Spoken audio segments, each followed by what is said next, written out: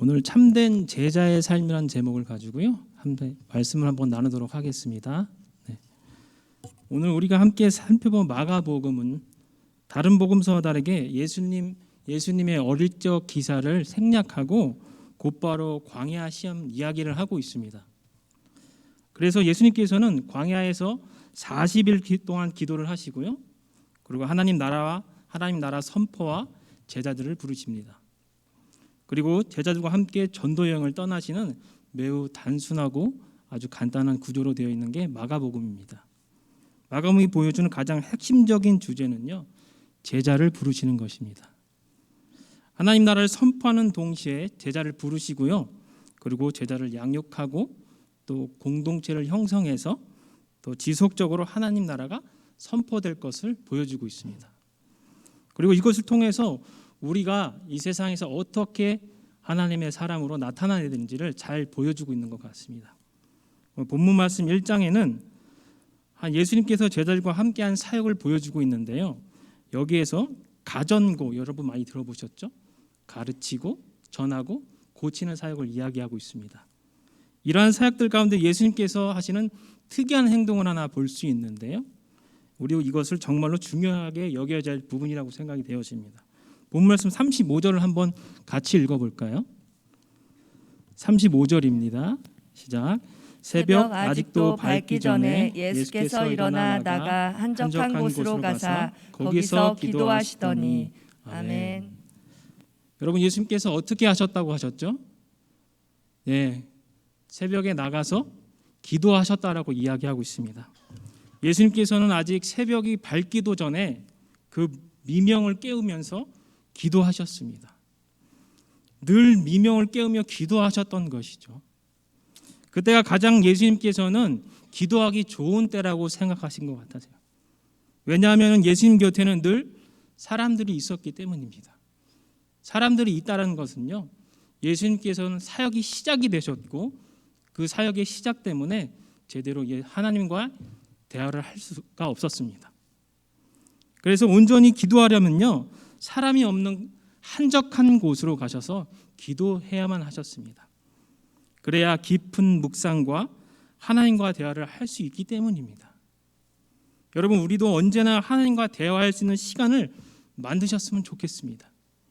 새벽 또는 또 하루가 마무리되는 그 시간에 하나님과 대화할 수 있는 친밀한 시간을 만들면요, 하루를 결코 단순하게 흘러가지 않습니다.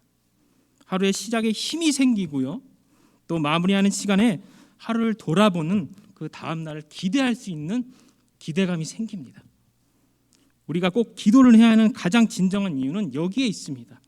우리가 어떤 목표를 세우고 그 과정을 이뤄나가기 위해서는 우리의 노력도 필요하지만 우리가 먼저 해야 할 것은 그 기도의 자리에서 하나님과의 먼저 대화가 되어야 됩니다.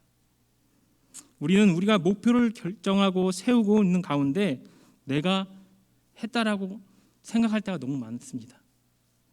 하지만 그것을 운영하시는 분은 모든 것은 하나님이 운영하셨습니다. 잠언 16장 9절은 이렇게 이야기하고 있습니다. 사람이 마음으로 자기 길을 계획할지라도 그 걸음을 인도하시는 이는 여호와시니라. 결국 우리는 하나님 도움 없이는 아무것도 할 수 없다라고 이야기하고 있습니다. 모든 것을 운영하시는 하나님께서는 하시지 않으면 아무것도 할 수 없다라고 이야기하고 있습니다. 또한 시편 127편 1절에서는 이렇게 이야기하고 있습니다. 여호와께서 집을 세우시지 아니하면 세우는 자의 수고가 헛되고 여호와께서 성을 지키시지 아니하면 지키는 파수꾼의 경성함이 헛되다라고 말씀하고 있습니다. 이 말씀도 결국 하나님께서 하시지 않으면 안 된다는 것을 보여주고 있습니다. 우리는 너무나 바쁘게 세상을 살아가고 있습니다. 그래서 우리가 생각하는 바쁜 일정 속에 모든 것을 뺏기기 전에 하나님을 먼저 찾아야 합니다. 그래서 하나님과의 은밀한 대화를 방해하는 여러 것들을 뒤로 하고요, 하나님께 집중하기 위해서는 우리는 규칙적으로 기도하신 예수님의 태도를 꼭 본받아야 합니다. 위기의 순간만 기도하는 것이 아니라 어려울 때 찾는 그 신앙이 아니라 좀 더 규칙적으로 기도하면서 하나님 앞으로 나아가야 합니다. 이것이 바로 참된 제자의 삶이고요, 성도로서의 삶입니다. 지금은 예수님께서 새벽이 지나면요, 다시 하나님 나라 확장을 위해서 제자들과 함께 사역을 하셔야 합니다.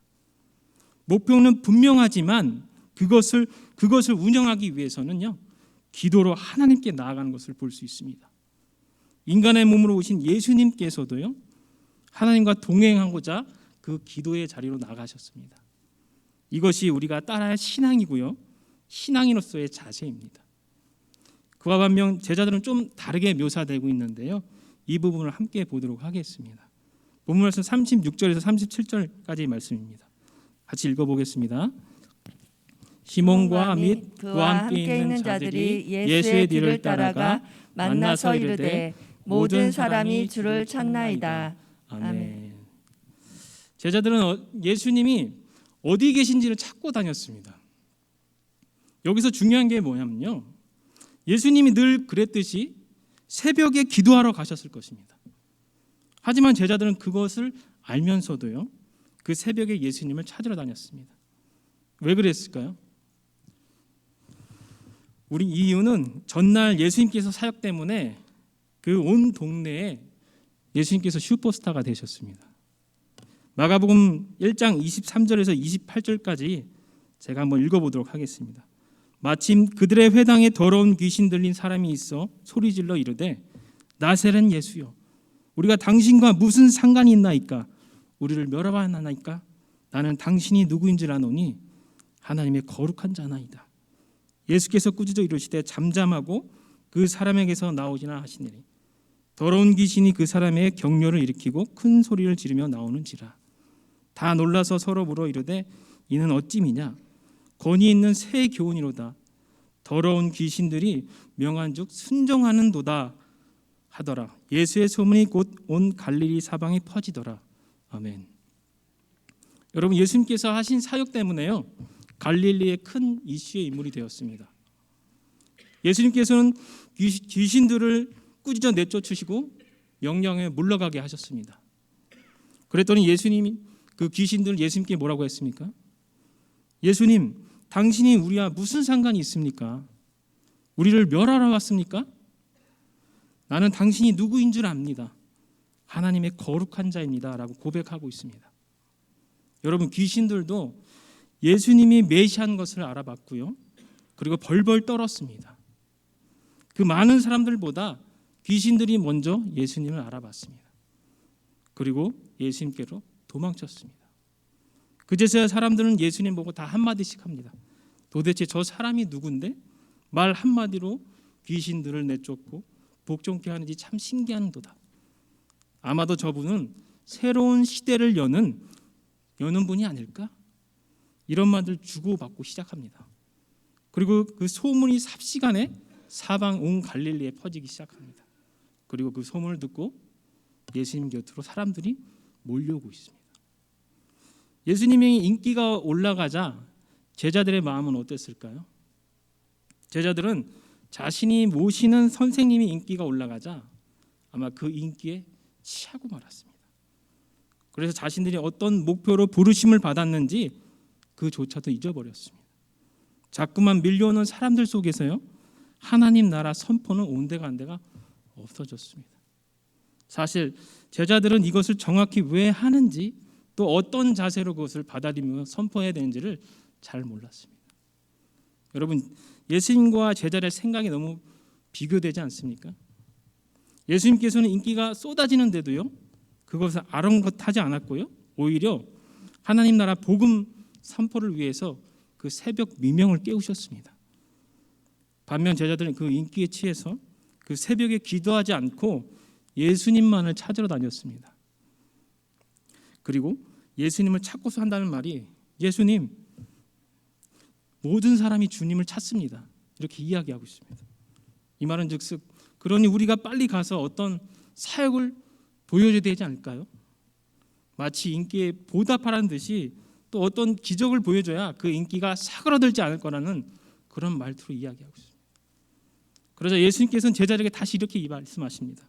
본문 말씀 38절에서 39절의 말씀을 읽겠습니다. 이르시되 우리가 다른 가까운 마을들로 가자. 거기서도 전도하리니 내가 이를 위하여 왔노라 하시고 이에 온 갈릴리에 다니시며 그들의 여러 회당에서 전도하시고 또 귀신들을 내쫓으시더라. 아멘.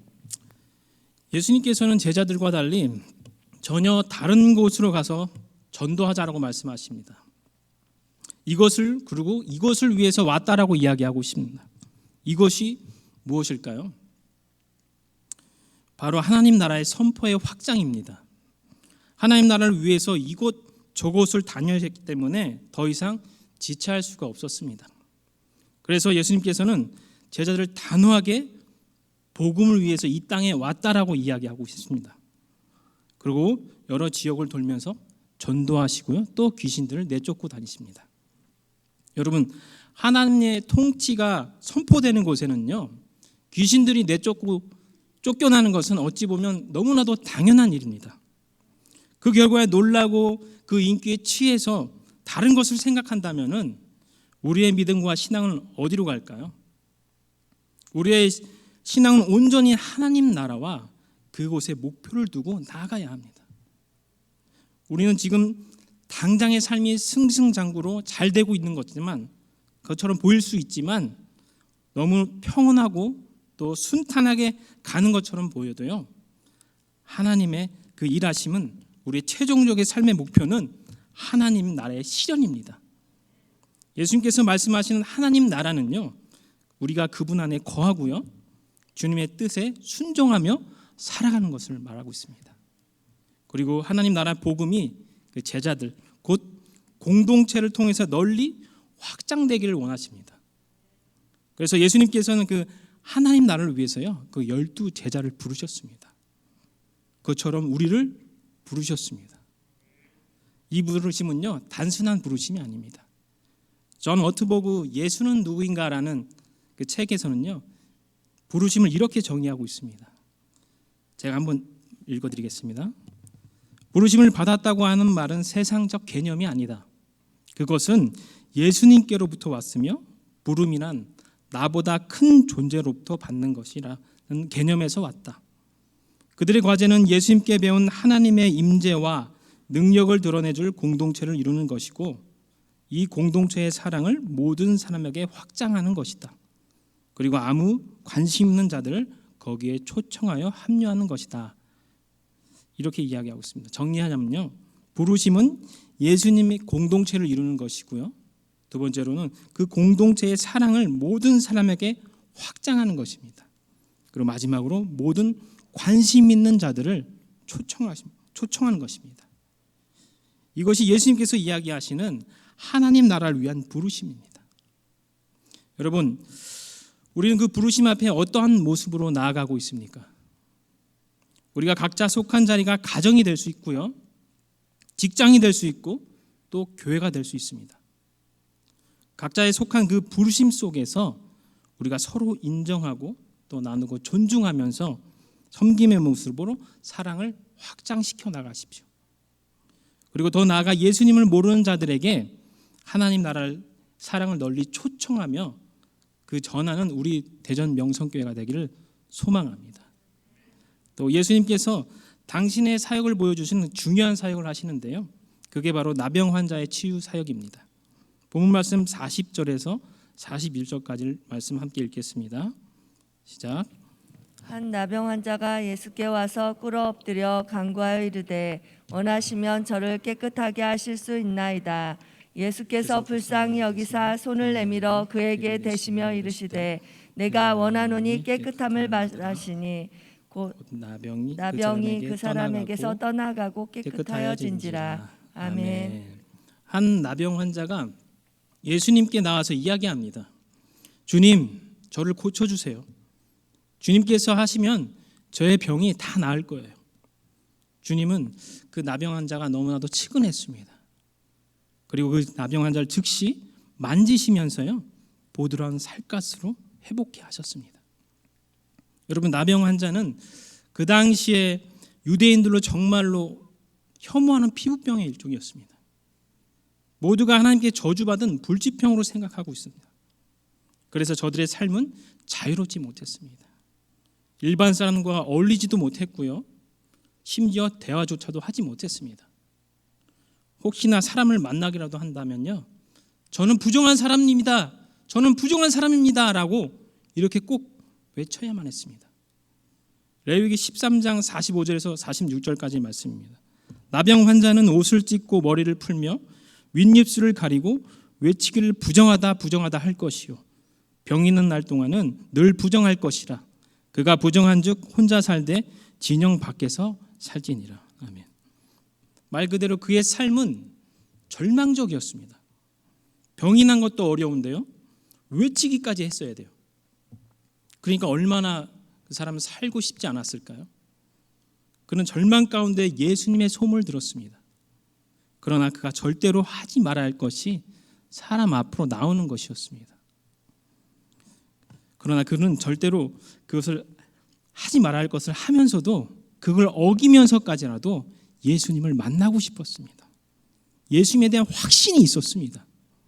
자신의 모든 문제가 예수님 앞에 나아가면 모든 게 해결될 것이라고 믿었습니다. 그런 믿음을 갖고 나온 나병 환자에게는요, 예수님께서는 그냥 말씀으로 하시지 않으셨어요. 말씀으로 하시지 않으시고 직접 그의 피부를 대고 고쳐주셨습니다. 예수님께서는 말씀으로도 하실 수 있는데 왜 굳이 피부에 손을 갖다 대고 고쳐주셨을까요? 당시 유대인들은 부정한 자와 접촉을 하면요, 접촉을 하면 안 된다는 규정이 있었습니다. 하지만 예수님께서는 규범이 우선이 아니라 사랑이 먼저라고 사랑을 보여주셨습니다. 유대인 백성들에게 사랑을 보여주신 것처럼 우리는 그 사랑을 우리 주변 사람에게도 널리 전파해야 됩니다. 그렇다고 예수님께서 율법을 지키지 않으셨던 건 아닙니다. 본문 말씀 43절에서 44절까지의 말씀을 읽겠습니다. 43절에서 44절 말씀입니다. 곧 보내시며 엄히 경고하사 이르되 삼가 아무에게 아무 말도 하지 말고 가서 내 몸을 제사장에게 보이고 내가 깨끗하게 되었으니 모세가 명한 것을 드려 그들에게 입증하라 하셨더라. 아멘. 예수님께서는요, 유대 사회에 행했던 율법을 그대로 이야기하고 있습니다. 율법에 따르면 나병 환자와 같은 질병이 완치되었을 때는요, 그 제사장에게 확인을 받게 하셨습니다. 그리고 감사제를 드려야 했습니다. 그렇기 때문에 그가 완치를 받았어도 유대 공동체에 따랐던 그 규범 그대로 지켜서 정상적인 생활을 하게 하셨습니다. 예수님께서는 그 정상적인 생활을 하게 하시면서 끝까지 유대 공동체의 그 규범을 따르도록 사랑으로 배려를 하셨던 것입니다. 어쩌면 저와 여러분 모두가 나병 환자와 같은 사람일지도 모릅니다. 죄로 얼룩진 삶 가운데 예수님께서 찾아오셔서 또 우리를 만져주심으로 우리가 나음을 받았기 때문입니다. 오늘날 우리 주변에 있는 우리 가족, 또 친구, 지인, 그 누구가 정말로 절망 가운데 삶을 살아가고 있다면 그 사람들이 우리에게 도움을 요청한다면 우리는 어떻게 행동을 취해야 할까요? 우리는 예수님께서 보여준 그 사랑의 마음으로 감싸주셔야 합니다. 그리고 그 최선을 다해 그들을 보살펴줘야 합니다. 함께 기도로 중보하면서 그들을 함께 이끌어 나가야 합니다. 우리도 그 빚진 자, 그 사랑의 빚진 자로서요, 우리 주변 이웃과 그 공동체 그리고 가족과 지역 사회에서도 모든 것을 사랑의 전달자로 역할을 하는 우리 대전 명성교회 여러분, 저와 여러분 모두가 되시기를 간절히 축복합니다. 마지막 45절을 함께 읽어보도록 하겠습니다. 그러나 그 사람이 나가서 이 일을 많이 전파하여 널리 퍼지게 하니 그러므로 예수께서 다시는 드러나게 동네에 들어가지 못하시고 오직 바깥 한적한 곳에 계셨으나 사방에서 사람들이 그에게로 나아오더라. 아멘. 앞서 예수님께서는 고침받은 나병 환자에게 경고하고 이렇게 이야기하십니다. 곧 보내시며 엄히 경고하사 이르시되 삼가 아무에게 아무 말도 하지 말고 가서, 이렇게 이야기하고 있습니다. 예수님께서는 아무에게도 이야기하지 말라고 하십니다. 그러나 나병 환자는 그 코너를 돌자마자 사람들에게 이렇게 이야기하기 시작합니다. 이 일로 예수님께서는 더 이상 자유롭게 사역을 할 수 없게 되었습니다. 또한 사람들을 피해 한적한 곳에 있어도요, 사람들이 자꾸만 예수님께로 몰려오게 되었습니다. 예수님께서는 나병 환자에게 그 자유를 주셨지만 정작 예수님 본인은 자유롭지 못하게 되었습니다. 여러분, 하나님께 온전한 순종이 우리의 신앙인으로서의 자세입니다. 나의 의가 아니라 하나님의 의를 생각하며 행동해야 합니다. 나의 생각이 들어가는 순간 불순종의 자리에 앉게 되어집니다. 결국 하나님께서 원하셨던 방향이 아닌 다른 방향으로 흘러가게 됩니다. 하나님께서 우리를 구원해 주심에 우리는 세상에 더 자유롭고 또 천국을 누리면서 살아갈 수가 있었습니다. 그 값진 보혈의 그 구원의 힘입어서요, 세상의 빛과 소금의 역할이 되는 저와 여러분 모두가 되시기를 축복합니다. 네, 말씀을 맺겠습니다. 예수님께서는 분주한 사역을 앞두셨고 또 가장 먼저 했던 게 뭐였죠? 기도로 새벽을 깨우시면서 기도로 나아가셨습니다. 그것이 이 땅에 오신 목적을 온전하게 하나님께서 행하시길 원하셨기 때문에 기도로 나아가셨습니다. 그래서 새벽을 깨우셨고요, 하나님과의 온전한 동행을 바라셨습니다. 그리고 기도로 하나님 나라의 사역을 잘 감당하셨습니다. 여러분, 참된 제자의 삶은 다름 아닌 온전한 동행으로, 하나님과의 온전한 동행으로 사랑의 복음을 전하는 것입니다. 또한 우리의 온전한 순종이 하나님이 원하시는 목표로 바로 가게 하실 것입니다. 하나님께서 부르심 받은 우리 대전 명성교회 모든 성도 여러분 가운데 하나님의 계획하심과 사랑의 동행이 온전히 있기를 축복합니다.